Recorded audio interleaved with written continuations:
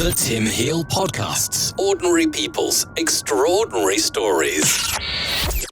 Welcome to the Tim Heale Podcast. In this episode, I'm going to have a chat with Em. Em's going to tell us all about her life. So, Em, if you can tell me when and where you were born, and if you can describe what it was like where you grew up, the schools you went to, and the education that you received. So, Em, you're in the room. Well, thank you for having me in the room. It's very lovely to be in another room with you. Hello.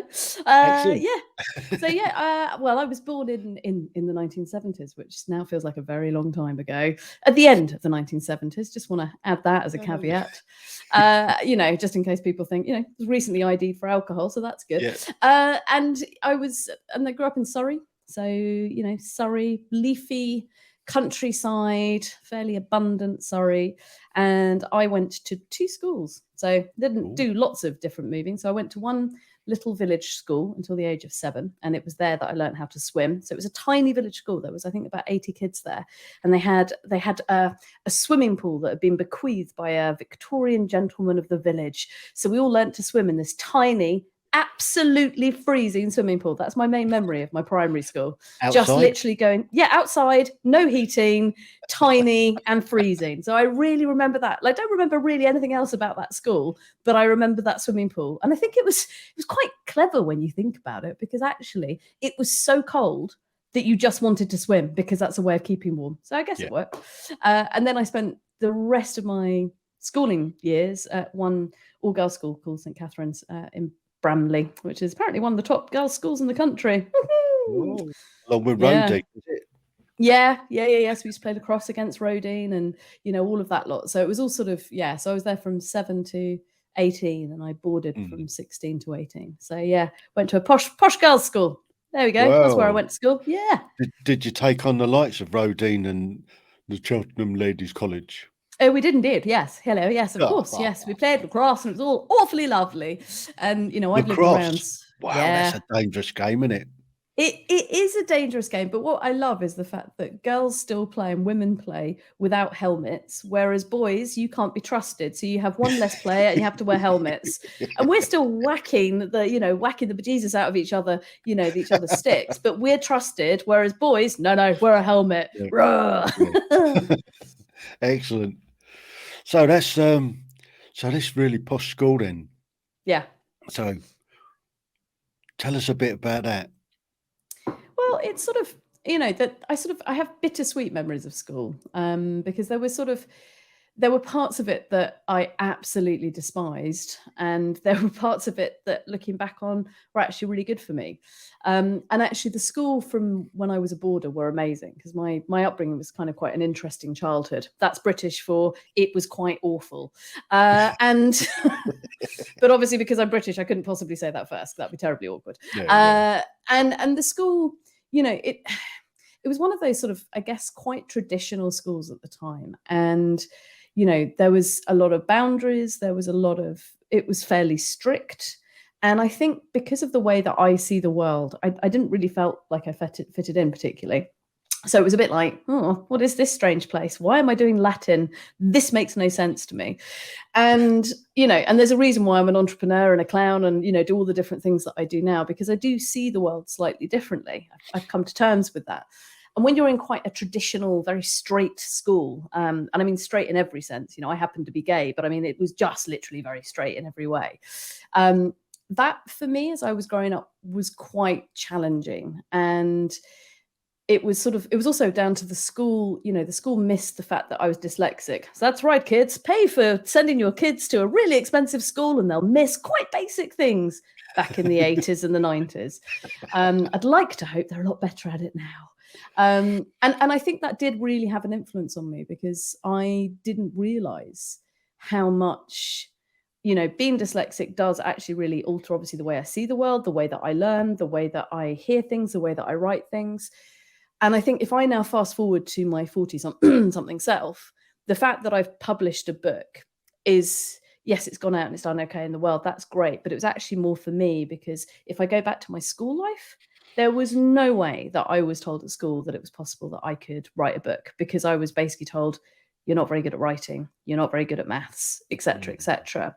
And I've just got to sort of quantify this. At this school, everybody there were probably in the top 2 or 3% of intellectual prowess. So they were getting A's and A stars as they was then. I think they're 9s now. And I was getting B's and C's. So it's not like I'm daft, but it was just that comparison thing. And I think with these very elite, wealthy schools, which is a massive privilege to have been sent to, I think it does wire us in a certain way. So that's the downside of my education. But the good side of the education was it did also instill a deep level of confidence and curiosity within me. And I think they really did have, girls can do anything, which when we look at where the world's at now, I do believe that it's people of my generation that are really starting to shift the sort of the gender balance. And we're really driving that we're equal because we are men and women. Crazy idea. So I do think it helped me in that way. And between the ages of 16 and 18, the school were deeply, deeply supportive of the fact that I'd been thrown out of home and various different things. And so that's where the bittersweet came from. And also, of course, the other thing was it gave me a sport life. So I go back to lacrosse. I kind of got to an England standard, so it was pretty good. And then unfortunately, I knackered my back, so I never got my England cap. And if that hadn't have happened, and if I wasn't at the school I wouldn't have been asked to then go and do the school play. And the school play, I went along like with my mate who wanted to get the lead part. And then this little clown, genuinely, I'm a clown, got the lead comedy role in Hard Times. There's not much comedy in Hard Times. It doesn't really go that well, but I managed to find the one comedy role. And it was that then sent me on the trajectory of, becoming a professional actor and becoming a filmmaker and a writer. So as much as there's part of me that's like, they should have picked up this and they could have done this differently, there's also parts of me that are very grateful to the school because they gave me those opportunities to stand up on stage and go, oh, I like this, which has then led me to do solo West End shows, etc., etc. There you go. Brief synopsis of childhood. Done. Because Tim asked the question. Whoa. I can relate to the dyslexic thing because, I found out just a few years ago that I was dyslexic, but my schooling was pretty poor. Right. I had a few knockbacks, but with my glass only ever half full, I just get over it and just get on with it. I was lucky to survive childhood altogether, so thankful for that. So, all girls school now. It's one of these things that all girls schools and all boys schools, when they come at the end of it, tend to struggle at getting on with the opposite sex because they don't understand. They haven't been influenced by them. They haven't been working with them for all that time. Have you found any problems with that? No. If you look at, I guess when you kind of look at, not sound too sort of, but if you look at gender as a construct, right, there are some boys that are slightly more effeminate. There are some girls that are slightly more masculine. And then there's all of the brilliance in between and along that line, as I'm trying to do that so you can see my hands. Yeah. And there's no wrong or right. It's just how we're wired and it's just how we show up. And I think because not to sound like not sound like a real stereotypical lesbian, I love my sport. And so being able to talk to boys about sport instantly meant that I had a connection. So chatting to boys about football, cricket, you name it, any sport, I'm a bit of a geek about. So for me, and I think, again, this was that thing about being a boarder, because when we were boarding, we actually had a sort of a school that we hung out with. So there was a boys' school from 16 to 18 that we were encouraged to hang out, which I think was their way of going, let's mitigate the fact that all of these lovely young ladies can't talk to men and they're just going to see men and fall at their feet and be like, so, for me, it's never been an issue. And I think, I'm probably slightly on the girly front. I'm slightly more masculine orientated. I'm not particularly girly, but did that help? Maybe, maybe not. Does it help that I can make people laugh? Maybe, maybe not. I mean, I think I've sort of always seen people as people, and I think there are idiots that are men and there are idiots that are women and there's idiots everywhere.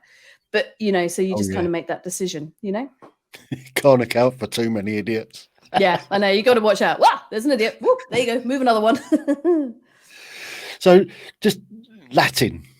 I'm curious about Latin. It's one of those things that I've never I mean, because I was in the sort of the lowest of the low, I didn't even Right. get a second language at school.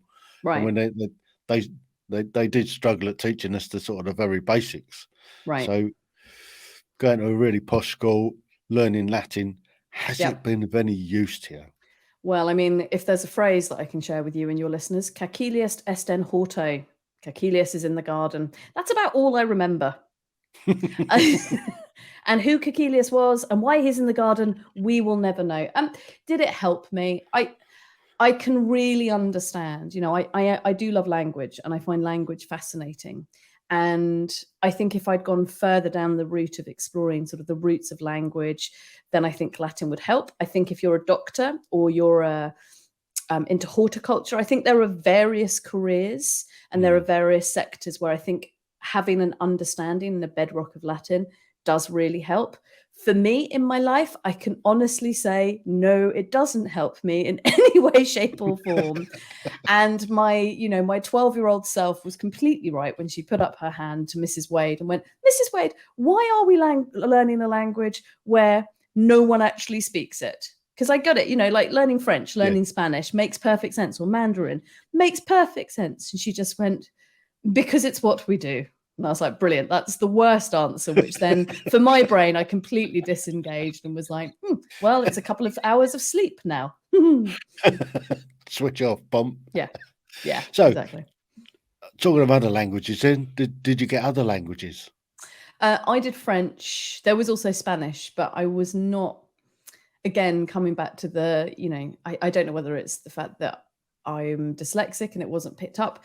I found speaking languages fine, but writing languages, my brain just went, ooh. So because of the ooh, I only learned French. So you basically had to be good at languages to do two.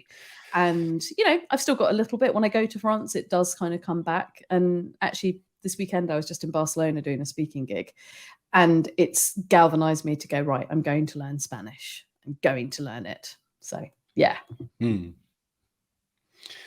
So, I mean, I've picked up bits of languages where I've been travelling around, mainly across Europe.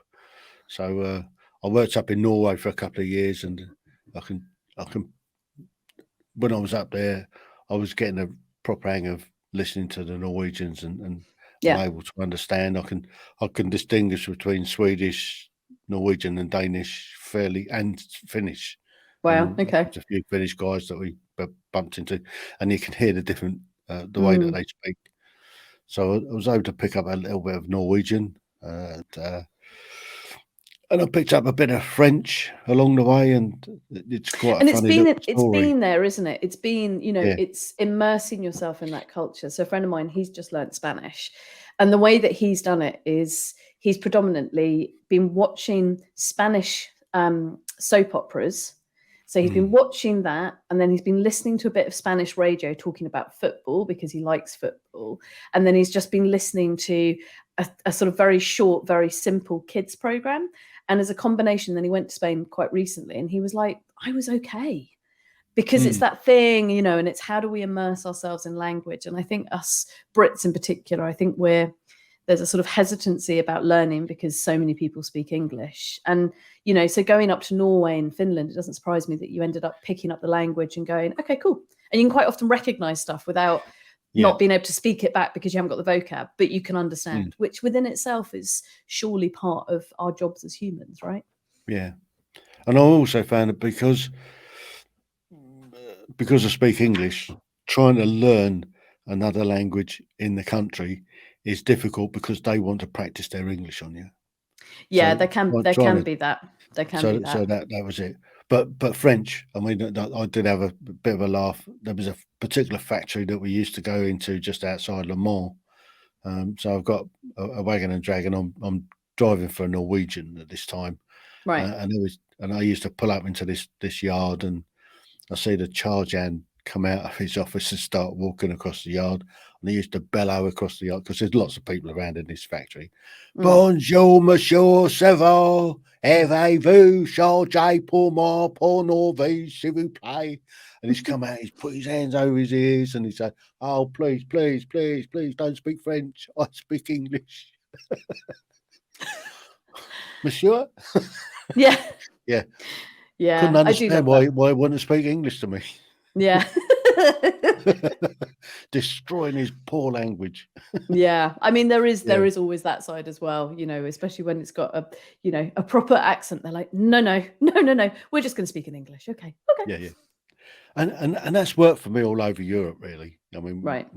I can pretty much do a little bit like that in Spanish. So I was down in Spain and Portugal, similar sort of thing where you're speaking pretty poor of their language, and they'll come back in English just because they don't want it destroyed. Yeah. Yeah. So, 2 years finishing school, boarding. What was that like? I was a weekly boarder, and it was brilliant. Actually, it was really joyful, because I think there's something anyway. I think the ages 16 to 18 are formative for all of us. Because that's that point where we are stepping into adulthood, whatever that looks like. And I think that shift and that transition. And I think, for me, it was a really joyful time, because that's when I discovered that I was funny. And when you discover that you're funny, and suddenly it's like, oh, the whole world kind of opened up for me. And it was like, make people laugh, seem to get away with more stuff. Woohoo! And, and being sort of, and I had a really good group of friends. And it was the time where lots of, for want of a better word, I think we were sort of like the disparate group of individuals who all had other friends, but we were this tight group of all of what I think in our own individual ways, I think we'd all felt like the misfits all the way through school in one way or another. And then suddenly we became this group. And, there is a thing, especially within girls, the cool group and the geeky group and the Metler group and whatever.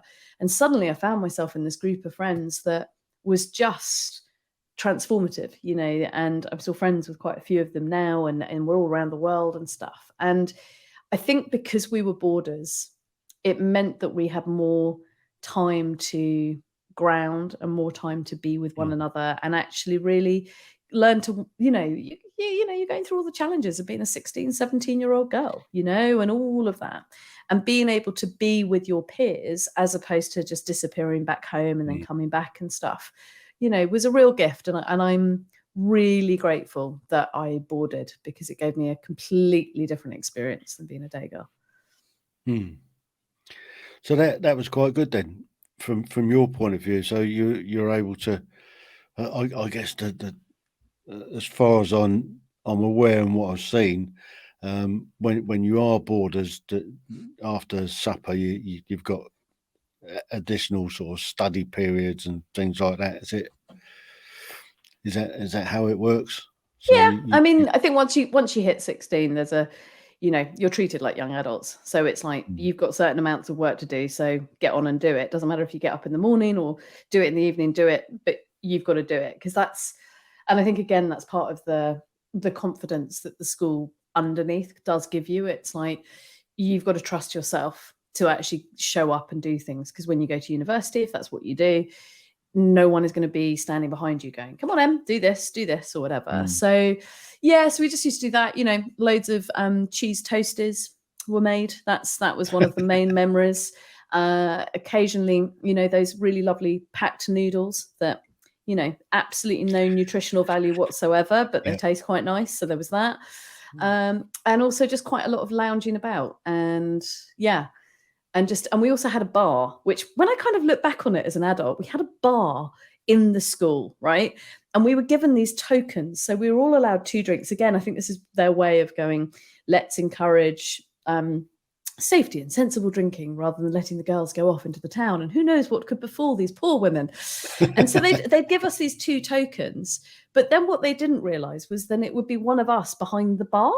So obviously we were 16 or 17. So we'd obviously, the people that were 18 or nearly 18 would go down and maybe perhaps buy them a small bottle of vodka, perhaps, and then might have perhaps put in said bottle of Coke, which was apparently just a Coke that was going to be poured, might have perhaps been a lot of vodka and not very much Coke. So these poor teachers would just look at us and be like, girls, how are you possibly so drunk? You've only had 2 drinks. We're like, don't know, we're just such lightweights. Ha ha ha. So when I kind of look back on school, it was like, well, they gave us quite a lot of free rein, and we did really try and push it a little bit. But again, Be rude it's not just, to, wouldn't it? it would have been really rude not to. So, but I think that was the thing. It was like, you're working out who you are, but it also did give you a solid base. It gave all of us, there was a security about the environment that even if you liked it, didn't like it, or whatever, it gave you a grounding. Where you then went from that was up to you. And that for me is one of those, that's a real gift about boarding, because there's a space that you feel safe in, and then you can then push it in whatever way, which is surely what, as I'm doing this right now, my 10-year-old son is asleep because he's not very well.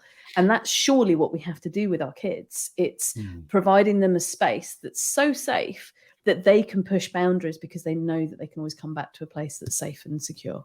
Yeah. Did it also give you a hangover? Did it also give me a hangover?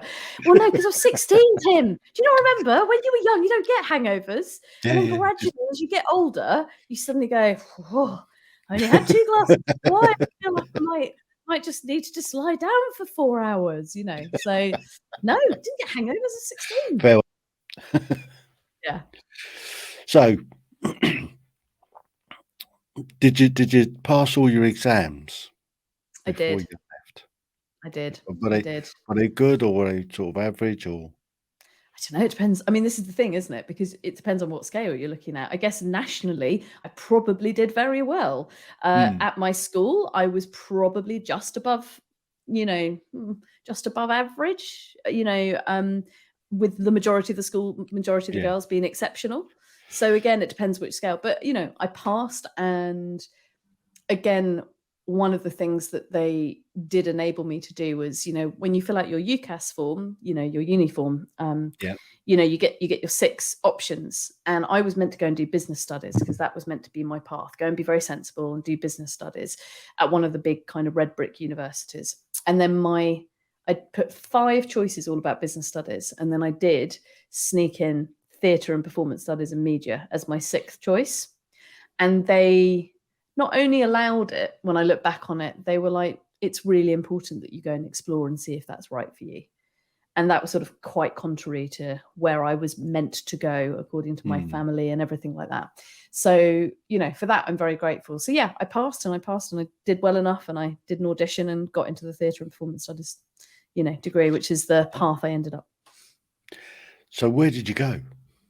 I went to the University of Plymouth, which at the time was in Devon. So it was in Exmouth and Exeter, because at that point they had 4 different campuses.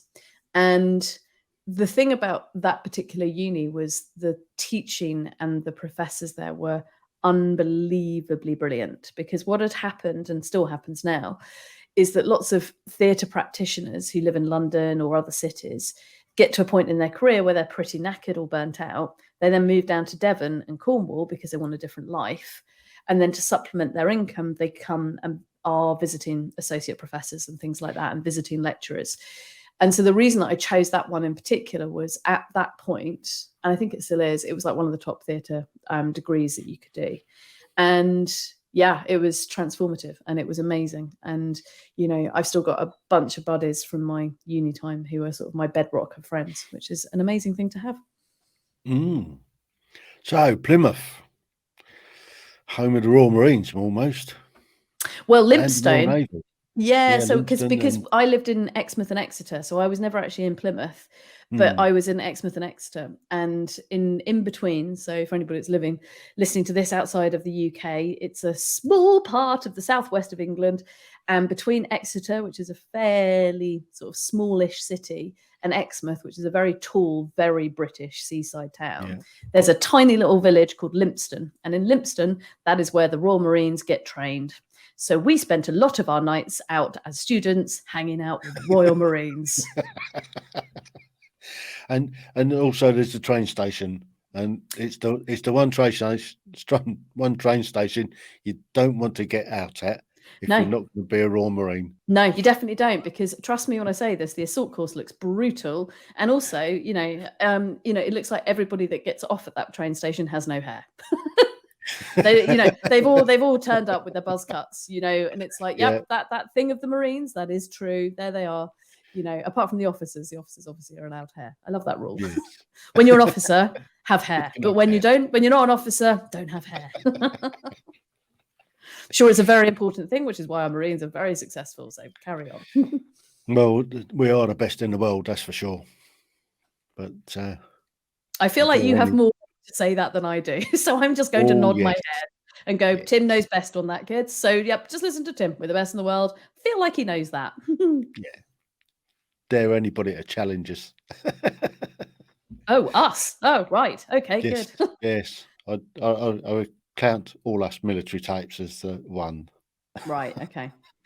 Yeah, the I mean, brotherhood and the because sisterhood. Yeah. just have a look at whenever there's a national crisis in this country, the first people that are called in is the military. Thanks. Fireman strikes, vaccine rollouts, natural disasters, first people, military. Yeah, great. Instead of sort of having a community national service to call upon that do military stuff or military style stuff. No, it's the military. But there you go. That's just another hobby horse. Yeah, I feel like you jumped up on a soapbox there, but it's okay. He's come back down, so we're fine. Yeah, I'm off the soapbox. Yeah, he's off now. He's all right. He's all right. So, 4 years at university then? 3. 3. Ah. Yeah. Did you come out with massive debts that you still got to pay off, or? No, yeah. I mean, lucky? I came out with some. Fortunately, I'm lucky enough that I've paid them all off, which was good. But because I did 3 years at uni, and then I had a couple of years out and set up a theatre company, and ended up working in business, and then ended up going to drama school. So I've had 6 years of being a student, and they were both very important parts of my life and my life's journey in terms of where I am now, sort of thing. So yeah, and uni gave me so many different opportunities. I traveled over to Cuba and studied Latin American theatre. I went over to Italy and studied commedia dell'arte, which if you think about pantomimes, pretty much all of the characters from pantomime are all from commedia dell'arte. So it's quite an old art form, and with masks and things like that. And no, it isn't. Oh, he's so good. I was waiting. I was like, I've given him a gift. At what point is he going to walk through the door? Oh, there he is. And he's just slammed it shut behind me. It's all right. There goes Tim. Yeah. Comedy gold. Sitting. Hang on. He's got a bit of camera. Ding. Exactly. And there he goes. He's just fallen over his soapbox, which he left outside the door, but he forgot it. So yeah, and uni was cool, and I got to explore, and some of it was written stuff and some of it was performance, and and I left with a decent-ish degree, so that was good. So you set up your own theatre company. Yeah. Theatre company. Yeah. How did that come about, and what did you do, and how did you do it? I think I'd always been torn between performing and business. So if there's business and there's performing, where my head is, there we go, it's better on the camera. Where my head is, I am bang in the middle, right?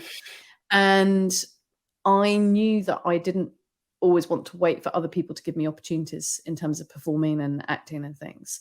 And my dad had been an entrepreneur, so I think witnessing my dad in my early childhood and seeing how you could do things differently. And actually, if you have gumption, you can just set stuff up for yourself. Yeah. And actually, when you do that, other things and other people come towards you and other opportunities. So I'd written a piece that I did as my final show at university, and it had gone down very well. And then it dawned on me, I was like, oh, there's a theatre festival. So I was like, well, I could maybe do that. And then it then sort of all just cascaded from there. So it was like, okay, I could go and do that. And then the people that were putting on the theatre festival were like, we don't accept from solo performers, because that was their criteria. And I was like, okay. And I just sort of remember just sitting there in that sort of very young sort of 21-year-old self that I was. And I was like, I have a theatre company. And they were like, okay, fine. And from that moment on, Purple Penguin Theatre Productions, don't ask me why it was called Purple Penguin. No idea. Felt like a good idea at the time. And I did my show and, sold out and did quite well with it. And at that point, was like, okay, I love performing and everything like that. But then I also became a sales director selling crisps. We'll come on to that in a second, but your theatre company then, so they don't allow solo artists. So you said, oh, I have a theatre company, and then you put the show on as a one-woman show?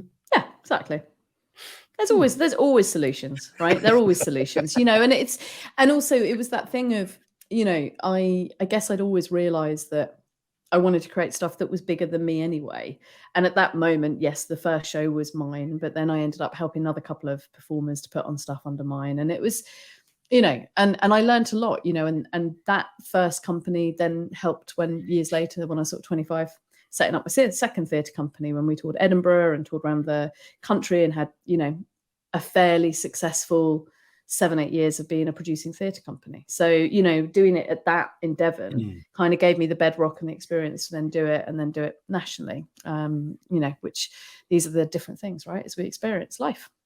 Absolutely. So it was a provincial theatre where they have, was it a competition? No, it was just a festival. Yeah, it was just a festival. Yeah, festival where they have, and they get critiqued and all that sort of thing, is it? No, not critiqued. It's just a festival, right. People, punters turn up and come and watch it or don't, and it's as simple as that, and you market it and it's part of a bigger festival type thing. So there's lots of different shows. I think it was quite a long time ago now, but I think it was, a month, I want to say, of various different, and you could kind of have as many bookings as you wanted and, and then you just put it on and just do it. All right. Because our son, he did theatre studies. Okay. And they went to these festivals, youth festivals. They predominantly were, or it was actually a festival where it was youth and adults, and they had a professional sat there doing a bit of a critique, and then they give them some feedback afterwards. So it wasn't like that. It was just a festival where just putting on shows because we're all professionals doing it. So I've been lucky. I've sat and been that professional judging those shows. So, and that's the thing, it's, and it's amazing what young, youth theatres are doing. And, and I think it's really important that if you've spent a lot of your time becoming a professional and then learning what that looks like and what it feels like, to make sure that you give it back to young people, so that you can kind of share what it is that you've learned and go, this is good, that's less good, etc., so that they can become professional if they want to. Gotcha.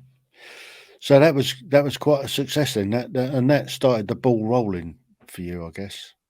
Yeah, it did. And and then through that, I then met a friend of mine who then gave me my first professional acting gig. So although I'd produced the show and had been in this show, she was doing a full-on professional show, equity contracts and all of that stuff. And I was the only non-trained actor. So although I'd done theatre and performance studies in uni, I hadn't been to drama school. So I hadn't learned the craft of acting. And we were doing The Entertainer, which is a fairly well-known John Osborne play. And all of the rest of the actors were all professionally trained. And I had talent, but I hadn't learnt the craft. And there's a big distinction, And within 2 days, and the theatre was, I think, a 600-700 theatre sort of thing. And within 2 days, I'd lost my voice. Because I didn't know how to project. I didn't know how to use my voice properly, because that is part of the craft of acting. A bit then. Yeah, it was a combination of just not understanding that what we all use on a regular basis, if you don't nurture it and look after it and warm it up, and if you don't understand how to breathe properly, if you don't understand how to project properly, it does exactly become that. It was, I'm shouting, which lo and behold, you can't shout in an emotive state. You can't shout for very long without hurting your throat, unless you know how to do it. And I hadn't. And it was that really then made me go, ooh, I need to go and do drama school. So that, again, all of these different things just happen, which then lead me to where I'm at, right? So 2 days in, you lost your voice. How long was the run for? It was quite long. Unfortunately, somebody very wise taught me that don't do this as a long-term solution. Go and learn how to project properly and use your voice properly. But one of my mentors of the time was, if you drink some port, it actually coats the back of your throat. So port is, because it's a very thick alcoholic beverage. So he basically was like, just drink a little bit of that and coat the back of your throat. And through that, you'll find a way, which I did. I think it was about sort of 2-3 week run. I didn't drink port every night. Just hasten to add. It sound like so. All I'm sharing is my alcohol stories, Tim. It's because there's a bar behind you in this thing. I'm like, let me share my alcohol stories. There's nothing wrong with port. There is nothing wrong with port, and you've heard it here first. It is also very good for your voice.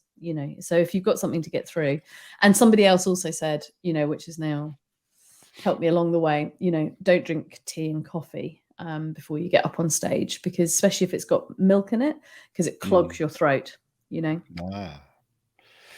I'll bear that one in mind next time I have to stand up and do a chat. Drink port first. Yeah, got it. There you go.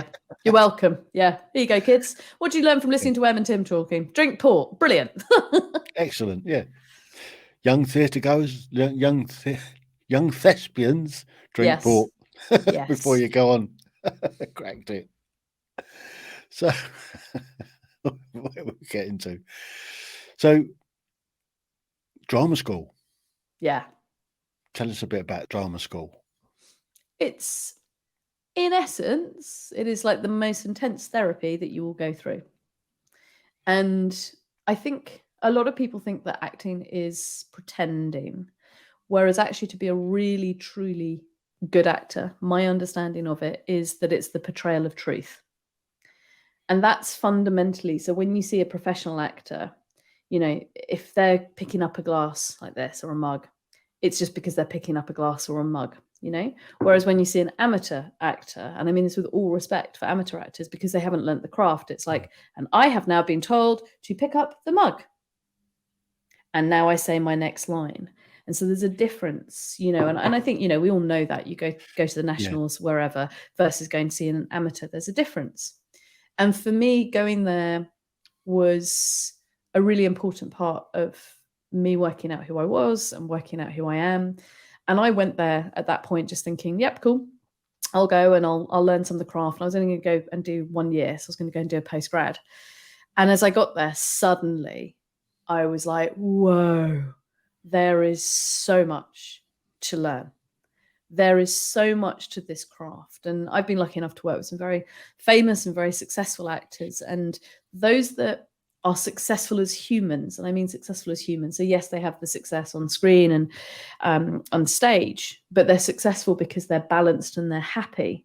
Part of the reason that we see so many actors and performers and musicians sort of going off the rails is because they haven't worked out how to carry on looking after themselves when they're portraying someone else, and there's this sort of strange myth about creativity that in order to be creative, you kind of have to have all of these demons and you have to kind of keep yourself in that place of sort of not being very happy and things like that. Whereas actually for me, my journey, has sort of led me to understand that the more that I understand myself, the more I could play other people and the more truth I could bring, not only in my professional acting career, but also in my life generally.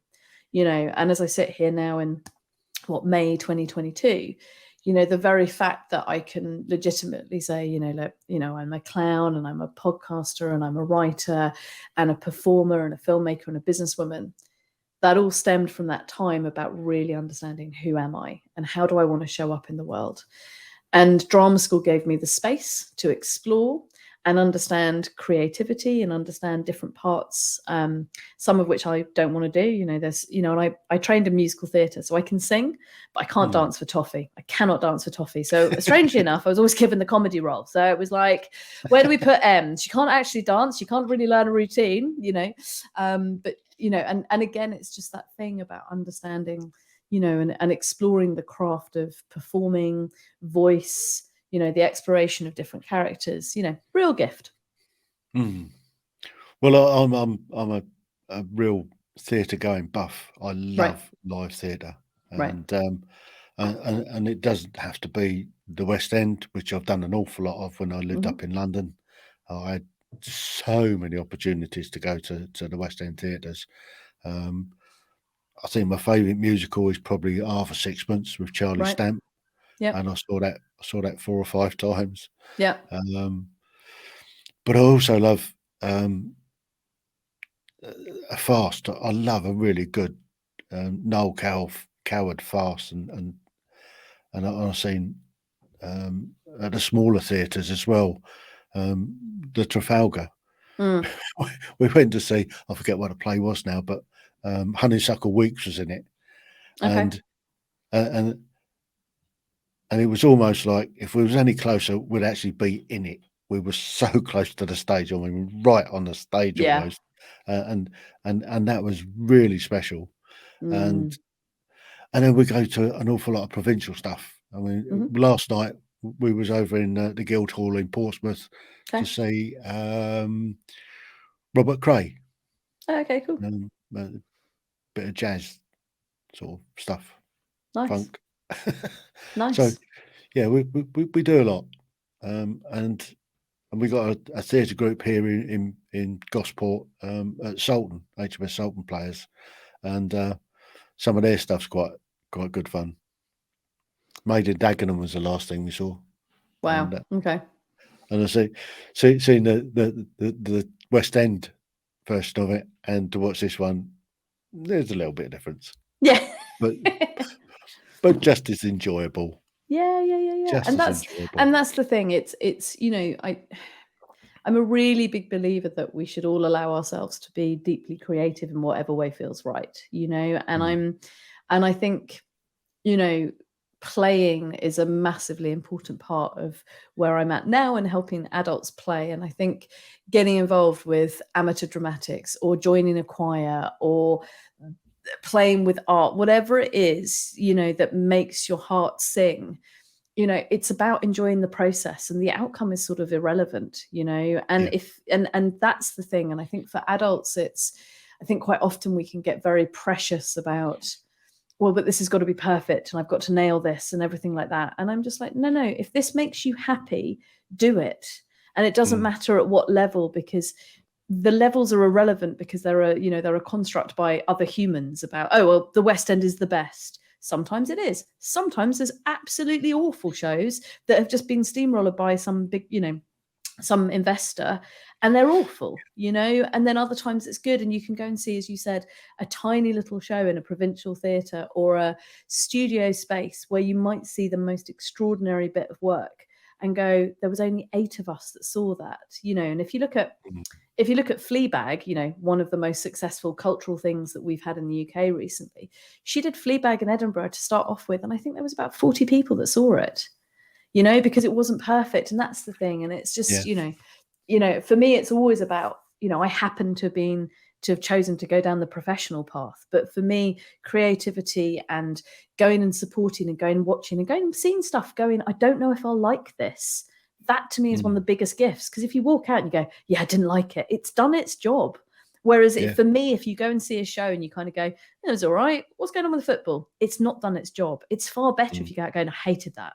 Because if you hated something, it's done something emotionally wise. And if you walk out going, that was amazing, hence you, becoming a fan of, going and seeing the same show because it's amazing and it makes you happy and you were like, brilliant.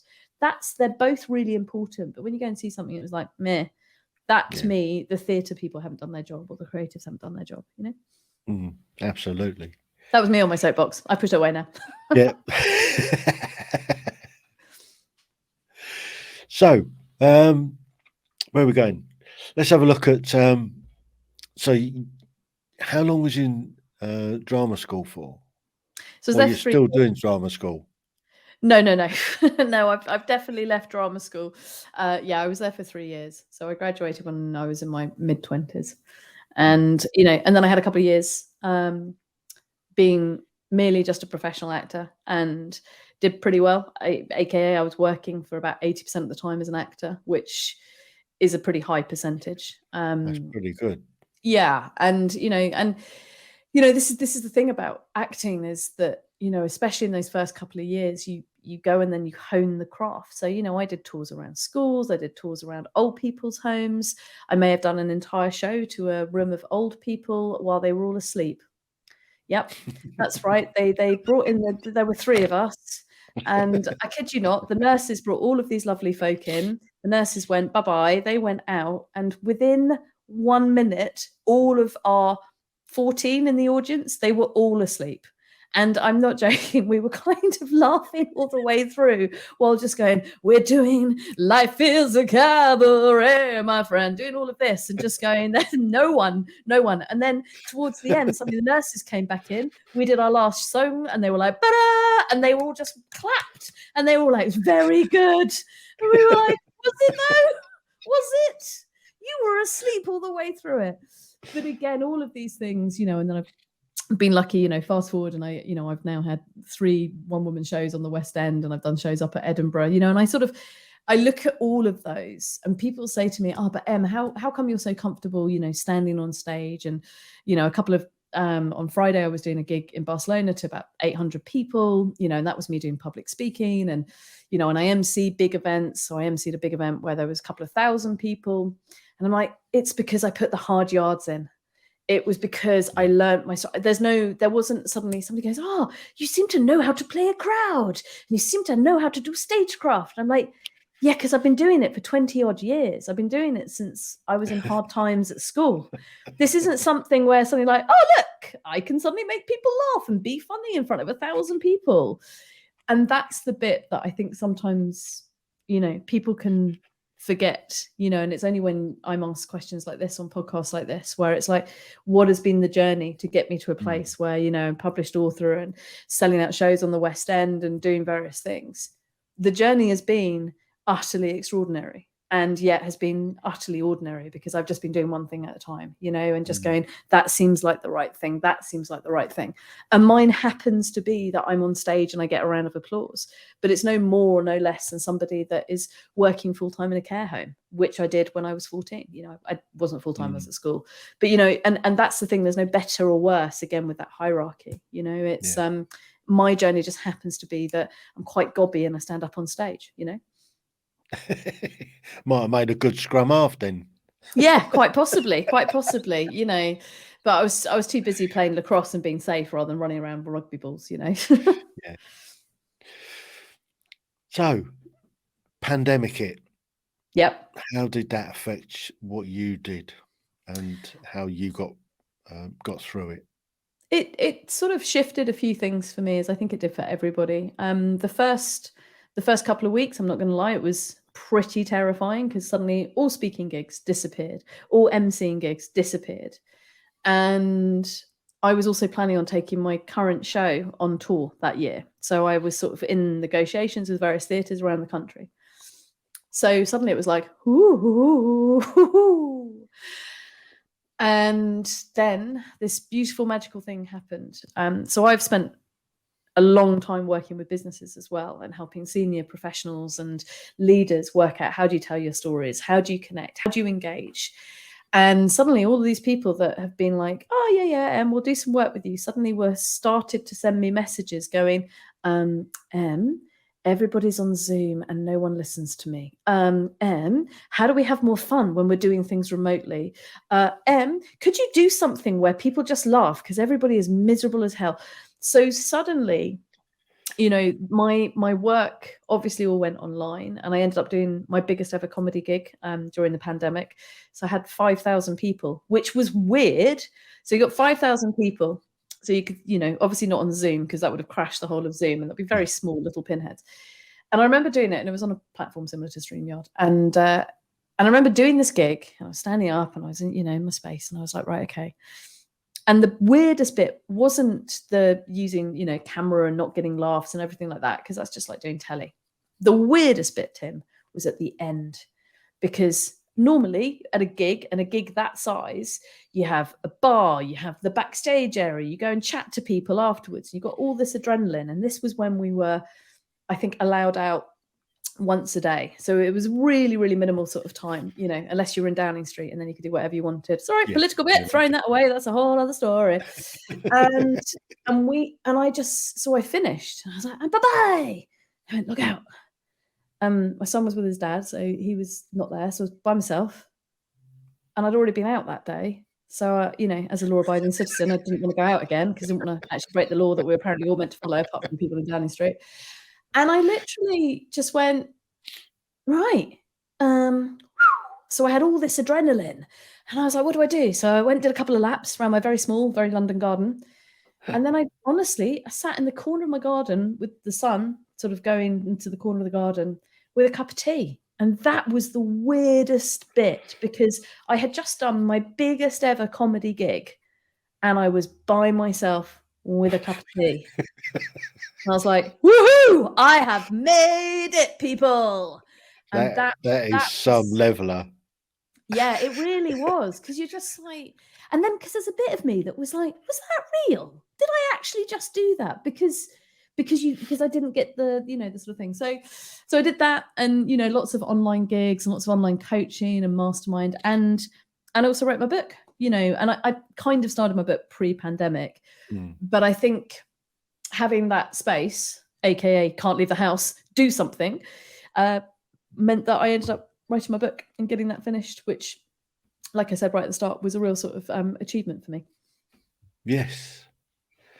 So,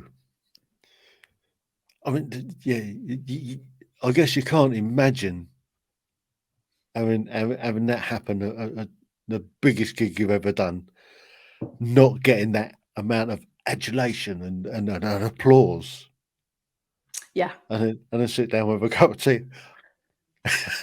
Yeah, and it just felt, and I think, in its own sort of microcosm, I think that's kind of how we all felt, because we were all showing up to our lives, but nobody was really witnessing it, know. And I think it doesn't matter that mine happened to be to lots of people. It was like everybody was going through that grief and that trauma, and we were all experiencing loss. Now, whether you lost anybody directly because of COVID, but we all went through grief and that trauma, and I think we were all showing up to our lives, but nobody was witnessing it. And us humans, we're tribal, us humans, we're about community. We're about, connecting and that human touch and that human care.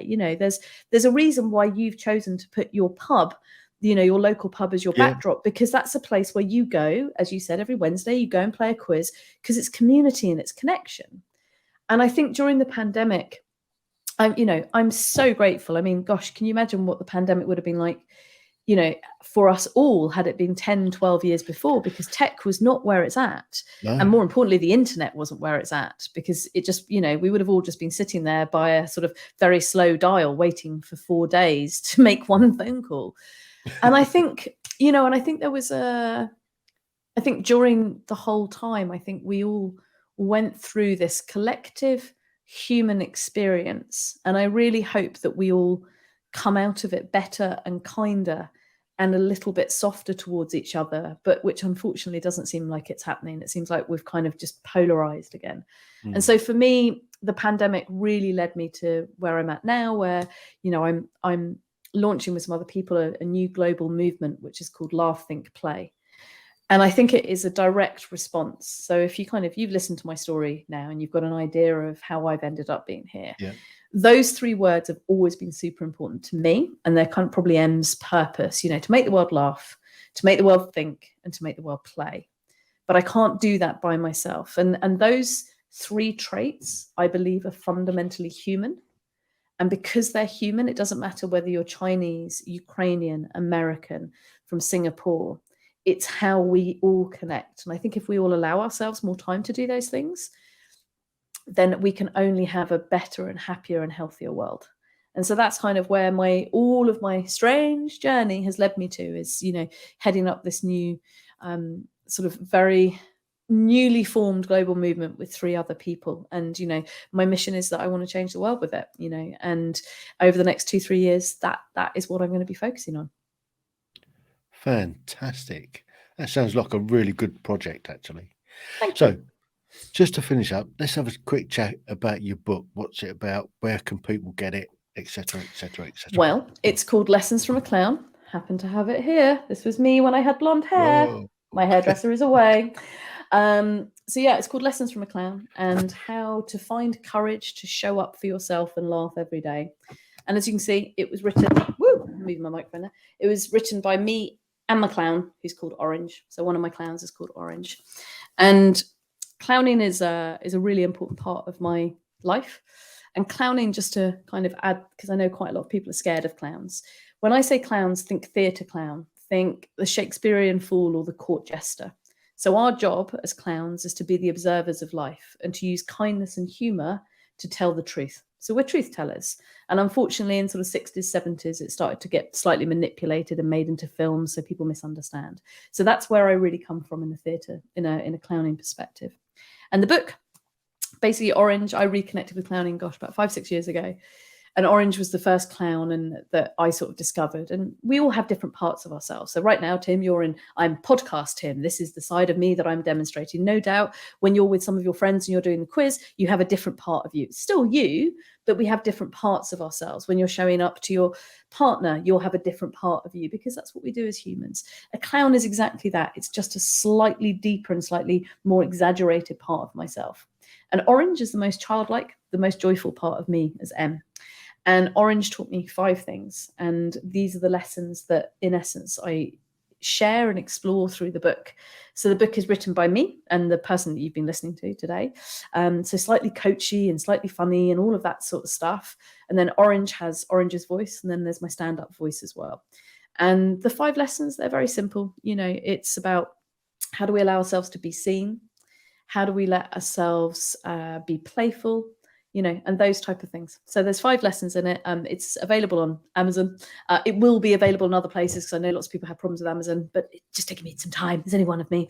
And it's got loads of great reviews, and it's been doing really well. And I think for a lot of people, the main thing is that it's sort of part memoir, part personal development, part comedy. And so the way that I've structured it, I like to slightly subvert it. So the book isn't exactly what people expect, but when they get it, they're really pleasantly surprised, and it's really landing. So that's my book. All right. And is it going to be an Audible book? It is. You are preempting something that I have been asked many, many times. So in the next couple of months, I am going to be recording it, because it could only be me and my voice, because there's 3 voices that are all mine. And because I like you, I love podcasts. I've got a pretty successful podcast called Clowning Around, the podcast to make you laugh and think, which is me and another one of my clowns talking to lots of different cool people. And I love radio, and I think radio is a really important part. So I will be doing Audible. I just don't know when, but soon. Yes, fantastic. Well, I've really, really enjoyed this last hour. Good, me too. Been a real eye-opener. And I thank you very, very, very, very much for coming on the show. You're welcome. Thanks for having me. Lovely to chat. The Tim Heale Podcasts. Ordinary people's extraordinary stories.